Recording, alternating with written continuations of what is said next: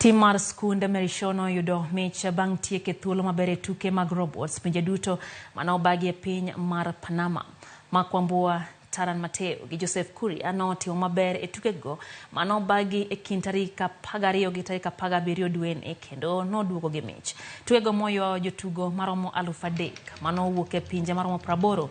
Timno mar Marishaw nong'ado tiko mar yore tuke mag pinje duto bang' yudo loch e tuke mag pinje Afrika mane obagi Afrika ma milambo e kind tarik 8 gi tarik 12 dwe mar 9 higani.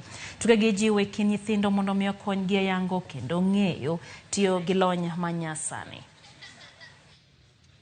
The experience in Panama was great. We had fun, learned new things, and we have planned of how we're going to rectify our mistakes coming on next year. All the G7 countries, from the US, from China, they were all there.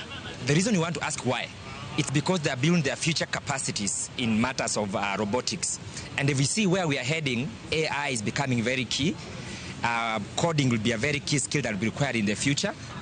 We are using the extracurricular activities at Marishaw School to help our junior secondary students in grade 7 to identify their talents well